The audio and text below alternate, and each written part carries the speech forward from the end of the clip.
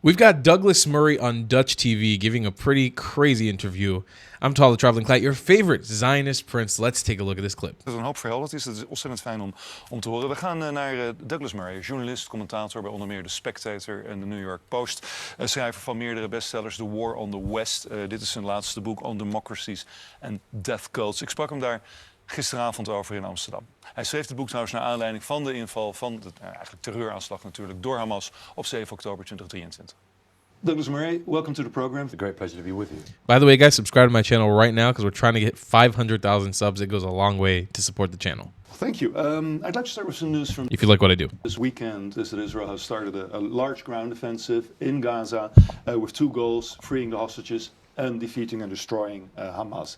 Now, a lot of people who have stood by Israel after October 7 currently have doubts, as I'm sure you've seen as well. They say, look, you know, Israel's going very far, inflicting a huge amount of damage on Gaza, and this should stop. Even allies of Israel have said this.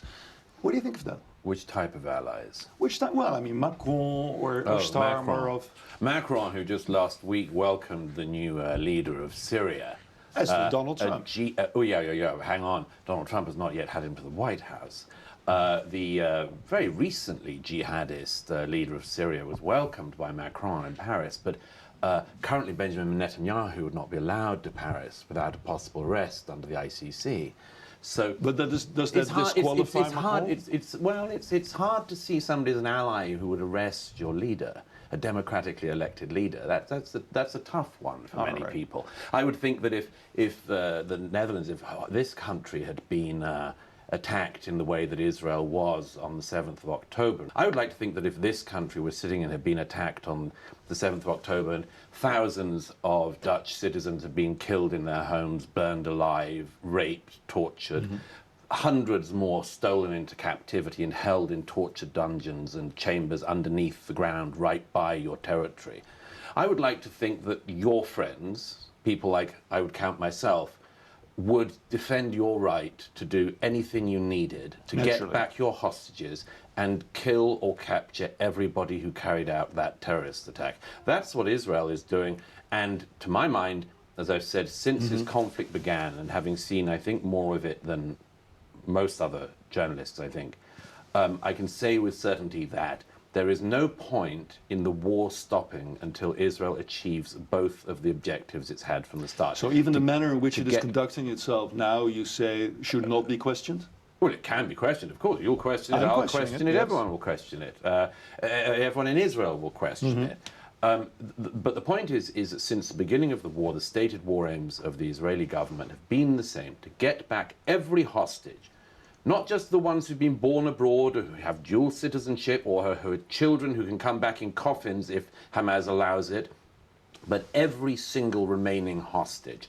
And secondly, to make sure that Hamas is utterly destroyed. Now, as I have also said since the beginning of this conflict, every conflict involving Gaza, Hamas, Israel, since the withdrawal in 2005, has ended in effectively a draw.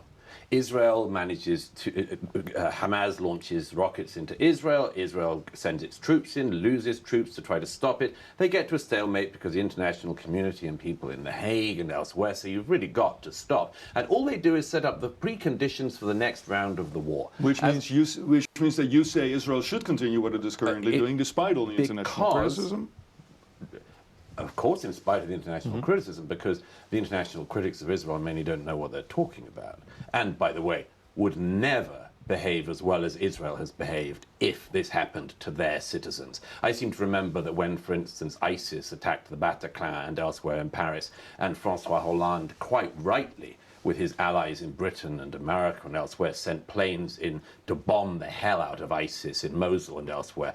We did not spend very much time wondering about civilian casualties, did we? When we sent in our Kurdish allies to go and kill ISIS, we were not looking at civilian body counts. But just the point I wanted to bring to was this.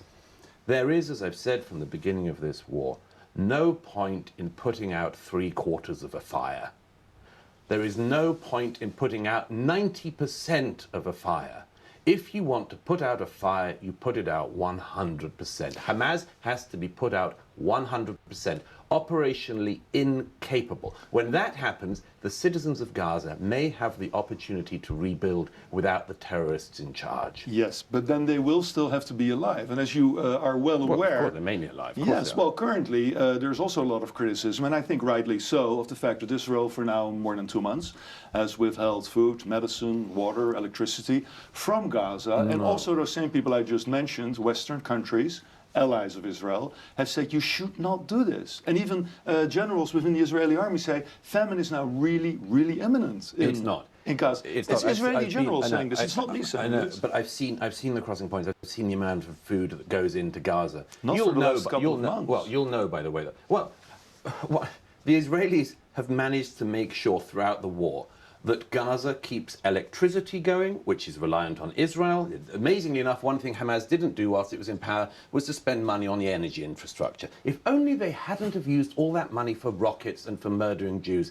maybe they could have made an energy infrastructure. But still, throughout the war, the Israelis have given electricity to the Gazans. They have continued to allow all the necessary food into Gaza. If you go to Gaza and you see the citizens, they do not lack for food. In fact, many of the Gaza citizens, if you look at the amount of food that has gone in, even in recent months, it is more than the daily recommended allowance of the UN Mr. on Murray, food, how come that then, people need. So, Douglas, how come then that the entire international community and also a well-known and good journalists say, look, there is a tremendously terrible situation. Well, even Donald Trump said a lot of people are hungry and suffering in Gaza.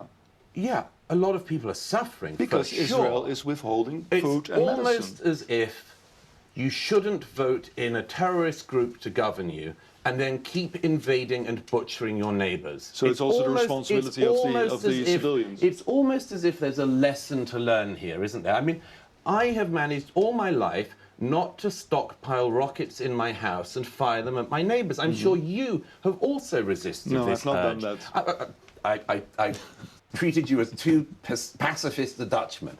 But I would imagine you've restrained yourself from doing that. I've imagined that, like me, you've restrained yourself from breaking into your neighbours' houses and raping and burning them alive. There is a consequence from continuously starting wars against your neighbour and trying to annihilate them. Well, one other thing is, if you keep trying to annihilate your neighbour, which is what Hamas has tried to do repeatedly, you will pay a consequence. The citizens who you purport to look after will pay a consequence. And if Hamas had decided to build one bomb shelter in Gaza for the citizens, instead of building an entire tunnel network for their jihadist fighters and for their rockets, things could be different. But there's one other thing that has to be said.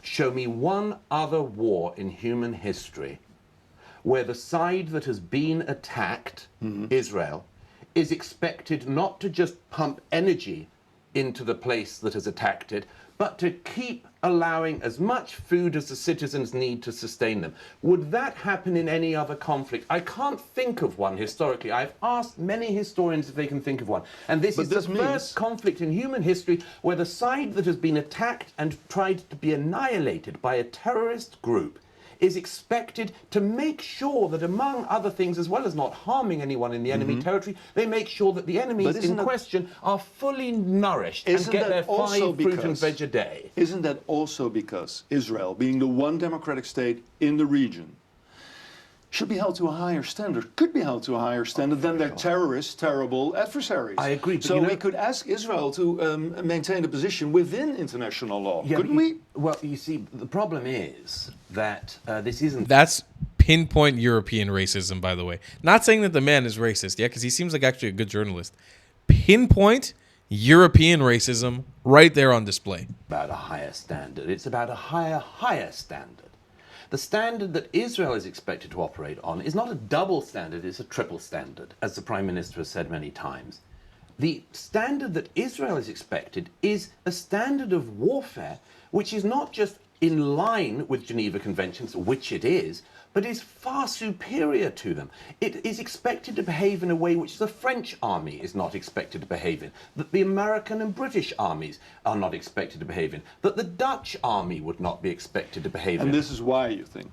Why do we in the West hold Israel to a higher standard than, as you purport, we would do with other countries? Well, why are we sitting in a city where you allow maniacs on the streets to unbelievably spit on the reputation of this country by hollering at Jews, by attacking Jewish sites, by screaming at Holocaust survivors when they go to open a museum in this city? Why is it that the name of your country, this country, has been so smeared? It's because there's a different standard. I think, I keep a fairly close look on your country, not as close as I'd like. I think that your streets have not been in turmoil in recent years over the civil war in Syria, the war in Yemen, the occupation of an EU member state in the north of Cyprus. I don't think from one year to the next the Dutch citizens, which is what is reported on the news as being, that the Dutch citizens come out and racially attack citizens of other countries. That's what the world sees in the Netherlands. This is what it sees in Holland. Your answer is partially rhetorical, I assume. No, it's not just rhetorical. It's partly rhetorical, obviously, because I'm using words. But it's not just rhetorical. You have to bear this in mind in a country like this. Why have you got on your streets people every week setting off flares, burning flags, screaming at strangers? You know, that's not Israel's problem. That's your problem. And it's a problem you've allowed to get out of hand. You've written about this extensively before. You've written about a lot of things. The death cult part about Hamas is also very interesting. But you've written about Western civilization and the threats to Western civilization. Do you think we could end on a positive note? Meaning, not only what are the negative things that are attacking Western civilization, what makes it so special in your view? What makes it worth fighting for, so to speak? Well, to my mind, and I'd imagine to most people watching mind, although not everybody, I think this is a great civilization which has given us great things. It's given the world great things. It's given us great culture, great learning, great advances in every field of science, of liberty, of political freedom, of religious freedom. I could list it and go on all day. But these are things which we are at risk of losing. And there are people on your streets, as there are on the streets of America and the streets of Britain and every other Western country, who always attack Israel first but never last. And I want these people to be told very clearly, if you do not like it here and want to be part of the Western society, go somewhere else. There's a lot of unfree countries in the world you can have a happy, unfree life in. But if you want to join us and be part of us, welcome. But if you don't, it has to be made clear you go. But if you want to join us, join, and this can get better. And that goes for everybody then? Everybody who's willing to adhere to the laws and the standards of this country? In the same way that if I decided to migrate to Pakistan, I would be expected to abide by the courtesies of Pakistan. Do you have any plans in that direction? You know, I've been thinking about it. I prefer Amsterdam on a sunny day. Okay. Well, thank you. On that note, thank you very much for your time. Appreciate you coming on the program. It's a great pleasure. Actually, a very, very good interview. I actually really liked that journalist. I thought he did a great job. Actually, I kind of fairly like Dutch people. I think Dutch people are pretty cool. I will say this. I think maybe the ending there, not the most eloquent Douglas Murray has ever been. But that ending point there is actually something I want to hark on. As somebody who traveled around the world, for those of you guys who don't know, I traveled around the world for 10 years, visited around 70 countries. I've lived in a bunch of countries. When I lived in the Philippines, or when I lived in Sri Lanka, when I lived in Japan, you don't just get to act however you want to act. You don't get to express political opinion. You don't get to express any opinion about the society you're living in or even suggest improvements on the things you're seeing around you. That's not a right offer to you. Now, I'm not saying the West needs to adopt that idea because, you know, one of the reasons why I don't live in a place like the Philippines or Sri Lanka anymore is I think I always had sort of an expiration date with my freedom. I realized that no matter how long I lived in one of these places, I'll never have equality. I'll never be able to really, and that's fair. That's how that society should govern itself. It's not a criticism on them. Something in the West, though, is you do need to have some sort of cohesion on where you want to see the society going. You cannot have people moving into your country, moving into your land, who want to undermine your society. It's different than just suggesting opinion. While they were talking, I was thinking about, let's say, an average beautiful woman from Ghana, for example, moves to the Netherlands. And she sees differences in Dutch society that she wants to change. And she grows up with her Ghanaian Dutch family in the Netherlands. And throughout time, she wants to make improvements to what she's seeing and fight for either equality or fight for representation, whatever she wants to fight for as a Ghanaian Dutch woman, as long as the end goal is bettering the society and not undermining it. Beautiful. I love that idea. But then the same point my brain was thinking of about the Pakistani individual that comes with nefarious goals or was raised in a supremacist Islamic household, believing that the society around them is worse than them because they're not Islamic, and that everybody needs to change to the Islamic worldview. And that's dangerous. That's something you can't let fester on your streets unbridled forever. That will be an issue. That will be a serious issue down the road. So I think there's I hope I'm being clear with what I'm saying. But those are my thoughts. I'd love to hear yours down below in the comments, not in the description. And I'll see you in the next one. I love you a long time. Goodbye, class. If you believe in my content and want to support me, just know your help is needed. There's a bunch of great ways to support me, being PayPal, Buy Me a Coffee, or joining my Patreon community down below. Patreon is the best way to support my channel, and you'll get a bunch of cool perks depending on what tier you join. Another great way to support me is by buying my merchandise on thetravelingclat.com. I regularly drop new merch designs like this beautiful hat or this amazing shirt, where you can support the channel and get something cool for yourself. I also have an amazing Discord community with people from all over the world. Thank you so much for your support.